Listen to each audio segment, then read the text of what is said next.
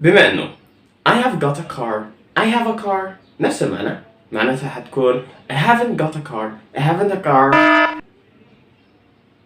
مش نفس المعنى؟ تعالوا نشوف ليه.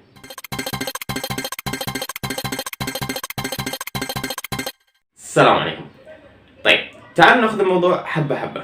I have got a car النفي بتاعها I haven't got a car. طيب لو عاوز أسأل بعمل سويتش have I got a car، مش حسأل نفسي، حسأل حد have you got a car.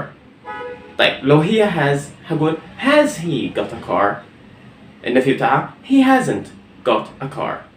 تمام؟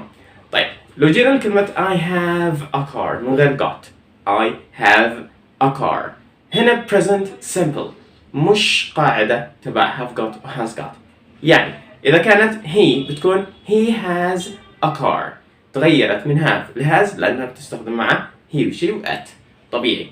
بس لما أجي أسأل بالhave أو has من غير got أنا بستخدم قاعدة present simple، يعني بقول do you have a car do you have a car. استخدمت have كأنها فعل عادي زي مثلا do you do your homework do you eat fish، فأنا بسأل طبيعي.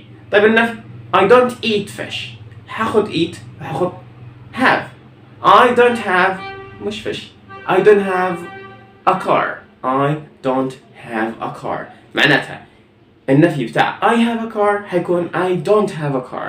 هل هي نفس القاعدة بتاعت have got؟